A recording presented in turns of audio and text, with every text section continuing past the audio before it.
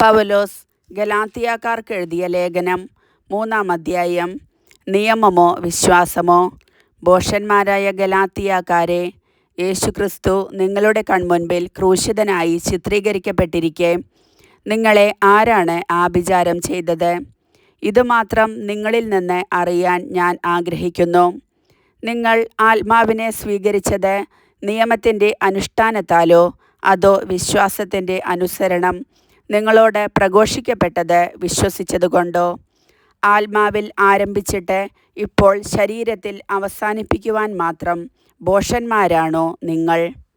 നിങ്ങൾ സഹിച്ചവയത്രയും വ്യർത്ഥമായിരുന്നുവോ? തീർത്തും വ്യർത്ഥം.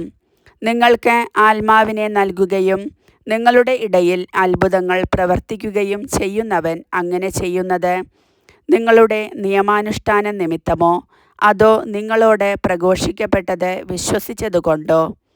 അബ്രാഹാം തന്നെയും ദൈവത്തെ വിശ്വസിച്ചു, അത് അവന് നീതിയായി പരിഗണിക്കപ്പെട്ടു. അതിനാൽ വിശ്വാസമുള്ളവരാണ് അബ്രാഹത്തിൻ്റെ മക്കൾ എന്ന് നിങ്ങൾ മനസ്സിലാക്കണം.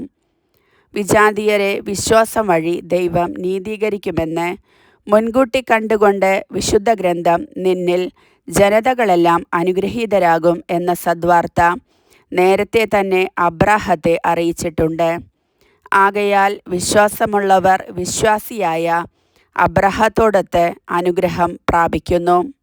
നിയമാനുഷ്ഠാനത്തിൽ ആശ്രയമർപ്പിക്കുന്ന എല്ലാവരും ശാപത്തിന് വിധേയരാണ്. നിയമഗ്രന്ഥത്തിൽ എഴുതപ്പെട്ടിരിക്കുന്നതെല്ലാം അനുസരിക്കാതെയും പ്രവർത്തിക്കാതെയും ഇരിക്കുന്നവൻ ശപിക്കപ്പെട്ടവനാണ്. ഒരുവനും ദൈവസന്നിധിയിൽ നിയമം വഴി നീതീകരിക്കപ്പെടുന്നില്ല എന്ന് വ്യക്തമാണ്.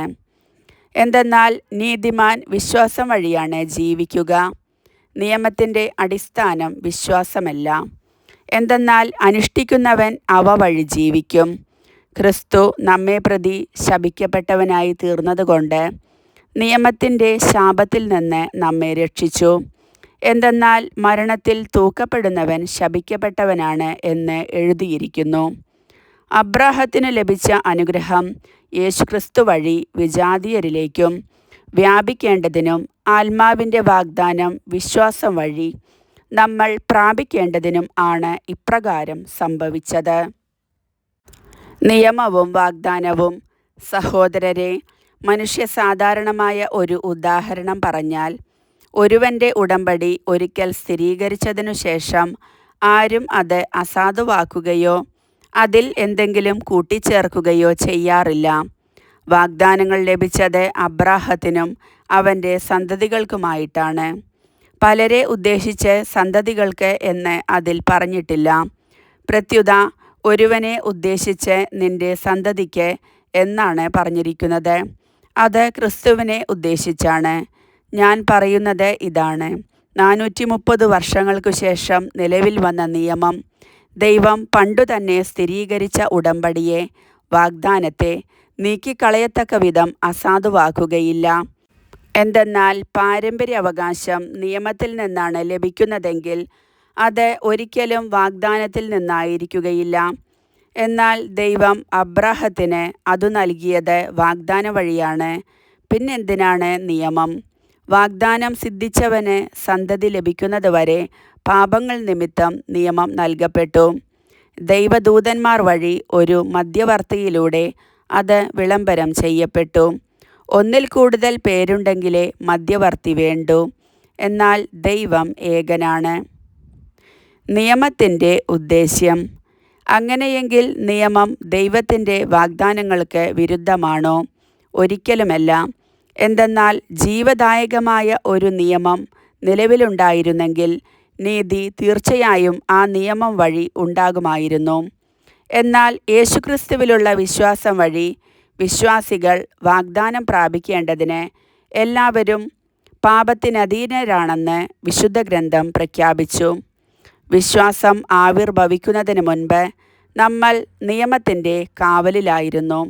വിശ്വാസം വെളിപ്പെടുന്നത് വരെ നിയന്ത്രണാധീനരായി കഴിയുകയും ചെയ്തു. തന്നിമിത്തം നമ്മൾ വിശ്വാസത്താൽ നീതീകരിക്കപ്പെടേണ്ടതിന് ക്രിസ്തുവിൻ്റെ ആഗമനം വരെ നിയമം നമ്മുടെ പാലകനായിരുന്നു.